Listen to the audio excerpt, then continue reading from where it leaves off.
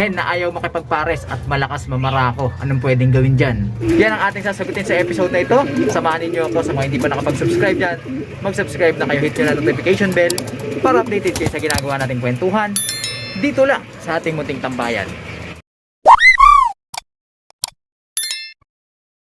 Hindi talaga mawawala yung ganyang senaryo sa ating loob at maraming dahilan kung bakit nagkakaganyan. Ang ilan sa mga dahilan ay kapag may mga ibon tayong masyado pang bata o hindi pa masyadong matured. Isa yan sa dahilan kung bakit mahirap i-identify yung gender o kasarian ng ating mga alaga kapag masyado pa silang bata o masyado pa silang young birds. Isa pa sa mga dahilan nito ay yung wala silang kapares o kung kaya naman ay yung mga kasama nila sa loft ay puro hen din. So nagkakaroon sila ng bond dun sa mga kasamahan nila and then eventually sila na rin yung nagpaparisan doon at ginagaya nila yung behavior ng mga lalaking kalapate. Natural yung mga ganyang senaryo at hindi na natin dapat ipagtaka.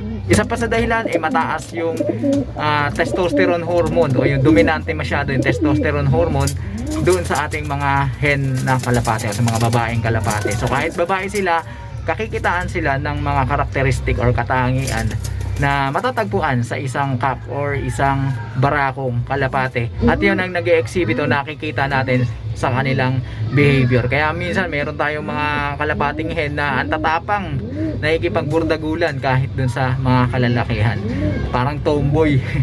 Ngayon alam na natin yung mga ilan sa mga kadahilanan kung bakit nagkakaganyan. Tanong natin ano yung pwede natin gawin at marireset pa ba yan? So tuloy natin ang kwentuhan dun sa kalapatis natin na nagtatanong. Unang-una dapat mong matiyak or siguraduhin na yung pinaghihinalaan mong hen na malakas mamarako talagang hen nga naman, kasi may mga pagkakataon na talagang challenging para ma-determine yung tunay na kasarian ng ating mga alaga.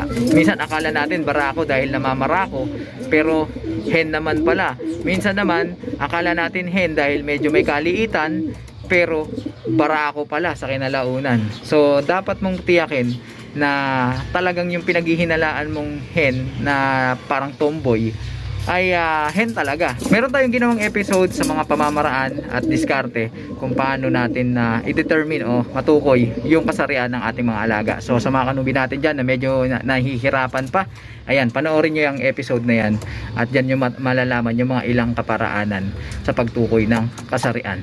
Pero kung sakasakaling yung ibon na yon ng ating kalapatis na nagtatanong ay proven hen, meaning nangitlog na siya sa mga nakaraan at medyo ano lang siya talaga, medyo parang tomboyish yung ibon na nakikipagburdagulan, malakas mamarako, nakikipag-away, ayaw pumares sa ibang kasarian. So anong pwede nating gawin? So itong pamamaraan na ibabahagi ko sa inyo ay hindi ito 100% na mai-reset natin yung tomboy na ibon natin. Alright, so ang ginagawa natin, unang-una ina-isolate natin siya. Meaning, hinihiwalay natin yung ating ibon na may ganong katangian. Hihiwalay natin siya dun sa iba niyang kasama.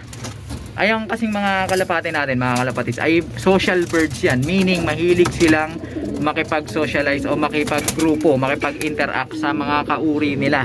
Ngayon, kapag ina-isolate natin siya, nilagay natin siya sa isang kulungan, wala siyang ibang nakikitang kalapate, mapababae man o lalaking kalapate, wala siyang ibang nakikita, makakaranas yan ng kalungkutan. At yung ganung pakiramdam ay kakaiba sa natural na sistema ng pamumuhay nila, kasi yung mga ibon nga na yan, gaya ng banggit natin, ay sanay sa pakikipasalamuha, nakikipaggrupo sa mga ibon. Okay, kapag ina-isolate natin yan, nag-iisa yan, malulungkot yan, may pagkakataon na maririnig nyo na nagkuku, gumaganon, tumatawag ng kasama. So hayaan nyo lang siya, ihiwalay nyo siya, huwag nyo ipapakita sa ibang mga kalapate sa loob ng siguro, sabi natin 1 week. Kung talaga masyadong tomboy na masyado yung ibon, o 1 week ikulong nyo.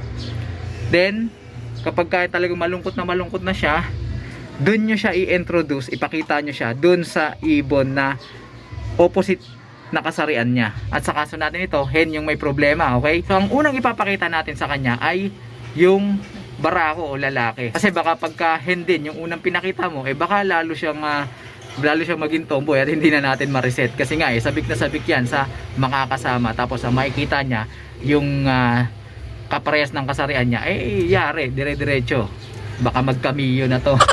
At siguro itong kalapatids natin na ito ay gustong mag-breed or ipares yung kanyang ibon na may problema. Alright, so kung papares mo yan, meron na tayong ginawang episode dyan kung paano mo ipapares yan, yung pamamaraan. Dire-diretso na yon mula dun sa isolation na hindi natin siya ipinakita dun sa ibang mga kasama niya. Panoorin mo yung video na yan, nandyan, kung paano mo i-introduce yung lalaking kalapate mo dun sa medyo tomboy na babaeng kalapate. Okay? So sana makatulong sa yan yung ating mga episodes na yan. Pasensya na kayo mga kalapatids, marami pa tayong dumi na narito sa ating Flyers Love dahil maglilinis pa lang ako at magpapatuka. Pero sana yung pinag-usapan natin ito ay nakatulong dun sa ating mga kalapatids na nagtatanong. At kung ikaw nanonood may katanungan, huwag kang mahiyang mag-comment dyan at gagawa natin yan ng paraan at pagkakataon na masagot at mapag-usapan yung iyong katanungan. Kaya kung hindi ka pa nakapag-subscribe, ano pang hinihintay mo? Mag-subscribe ka na, hit mo na notification bell para madali mong mahanap yung ating mga videos para sa tuloy-tuloy na kwentuhan, nakapupulutan ng mga ideya at kaalaman. Ano mga kalapatids? Hanggang sa susunod natin pagkikita.